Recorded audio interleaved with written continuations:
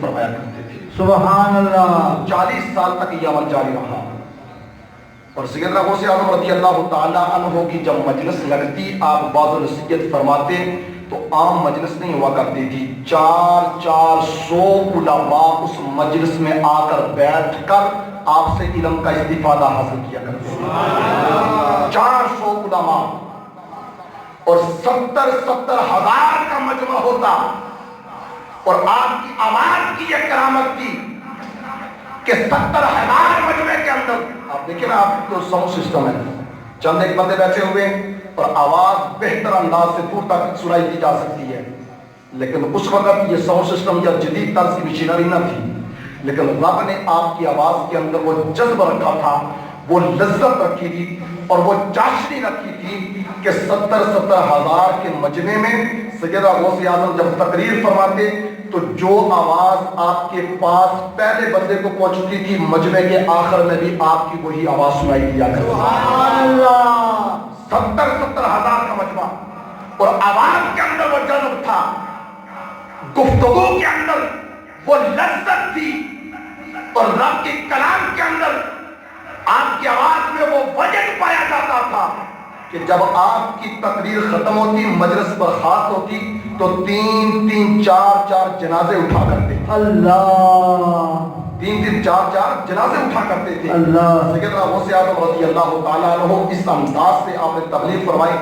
آپ فرماتے ہیں میرا دل چاہا کہ میں اپنی زندگی گمنام کر دوں، ویرانوں کے اندر، جنگلوں کے اندر، بیابانوں کے اندر جا کر گزاروں، لیکن رب نے مجھ سے کام لینا تھا اور میرے ہاتھ پر مالک کائنات نے 500 سے زائد یہود و نصارہ کو یہ توفیق عطا فرمائی کہ انہوں نے میرے ہاتھ پر اسلام قبول فرمایا. سبحان اللہ. سیدنا غوث اعظم رضی اللہ تعالیٰ عنہ خود فرماتے ہیں کہ 1 لاکھ سے زائد لوگ میری گفتگو سننے کے بعد اتنا متاثر ہوتے کہ وہ اپنے گناہوں سے تائب ہو کر میری بیعت کرنا شروع کر دیا. سبحان اللہ. وہ سیدنا غوث اعظم رضی اللہ تعالیٰ عنہ کہ آپ جب گفتگو فرماتے تو اس قدر دور دور سے لوگ آ کر بیٹھتے کہ آپ رضی اللہ تعالیٰ عنہ کی گفتگو کے اندر رب نے بڑی چاشنی رکھی ہوئی تھی اور آپ علم کا وہ منبع تھے، علم کا وہ سمندر تھے، علم کا وہ اتنا بڑا مرکز تھے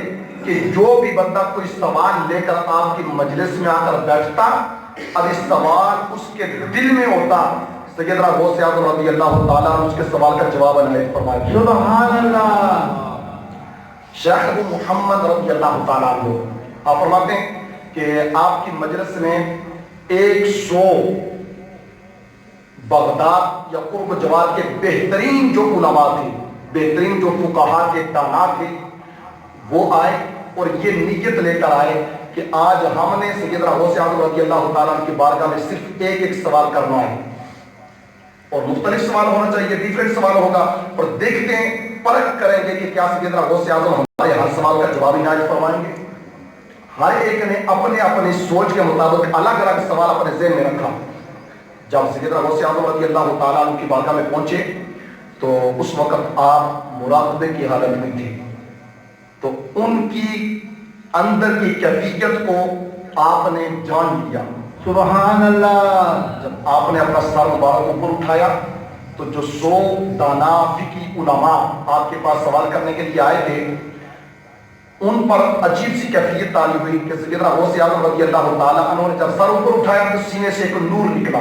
سبحان اللہ. ایک بجلی نکلی، ایک چاشنی کی طرح، ایک نور تیز شعاع کی طرح نکلا جو ہر ایک فقی عالم کے سینے سے گزرتا ہوا چلا گیا. اللہ. وہ نور جس بھی فقی عالم کے سینے سے گزرتا وہ ایک ایک کر کے بیہوش ہوتا چلا جاتا، بیہوش ہو جاتا. اور جب انہوں نے ہوش سنبھالا تو سیدنا غوث اعظم رضی اللہ تعالیٰ عنہ کرسی پاک پہ تشریف فرماتے تو جتنے بھی عالم تھے ہر ایک عالم اپنے گھٹنے کے بعد چلتا ہوا آپ کی بارگاہ میں پہنچا اور اپنا سر سیدنا غوث اعظم کے قدموں میں جھکا. سبحان اللہ. جب قدموں میں جھکایا تو رونے لگے، دہاڑے مارنے لگے اور زار و قطار ان کی آنکھوں سے آنسو تھے.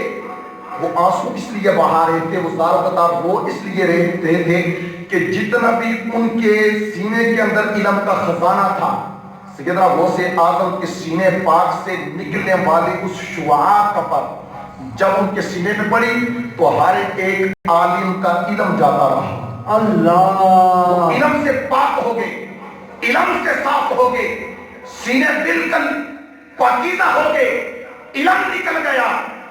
وہ دھارے مار کے رونے لگے، ہماری زندگی کی متاع ٹوٹ گئی، ہم تو برباد ہو گئے۔ ان کے قدموں میں سر کو جھکایا۔ سیدنا غوث اعظم رضی اللہ تعالی عنہ نے ہر ایک کو ایک ایک کر کے اٹھایا اور اپنے سینے سے لگایا، جتنا بھی علم ان کا سینے سے نکل چکا تھا۔ سیدنا غوث اعظم کے سینے کے ساتھ لگنے کی وجہ سے مالک کائنات نے اس علم کو واپس لوٹا دیا۔ سبحان اللہ۔ شیخ ابو محمد فرماتے ہیں کہ جب انہوں نے ہوش سنبھالا تو میں نے ان سے پوچھا، جو 100 علماء آئے تھے، میں نے ان سے ہر ایک سے ایک ایک کر کے پوچھا کہ بتو تمہارے ساتھ کیا کیفیت گزری ہے؟ تو انہوں نے کہا ہم تو ہر ایک اپنا اپنا سوال لے کر آئے تھے سیدنا غوث اعظم کی بارگاہ میں، ہم تو ان کے علم کی پرکھ کرنا چاہتے تھے، لیکن ہمارے ساتھ معاملہ یہ ہوا کہ ہمارے سینے تو صاف ہو گئے، ہمارے سینے سے تو علم نکل گیا، لیکن جب سیدنا غوث اعظم نے پھر واپس اپنے سینے سے لگایا، ابھی ہم نے اپنا سوال زبان پہ نہیں لایا۔ سیدنا غوث اعظم خود فرمانے لگے فما سألتک کذا وجوابها کذا، فرمایا عالم تیرا یہ سوال تھا، اس کا جواب یہ ہے۔ سبحان اللہ۔ میرا سوال یہ تھا، ایک ایک کر کے 100 عالم جتنے بھی تھے ابھی انہوں نے سوال اپنی زبان پہ نہیں لائے تھے، سیدنا غوث اعظم نے ان کے سوال کو بھی بیان کر دیا، ان کو جواب بھی عطا فرمایا۔ سبحان اللہ۔ فیضان غوث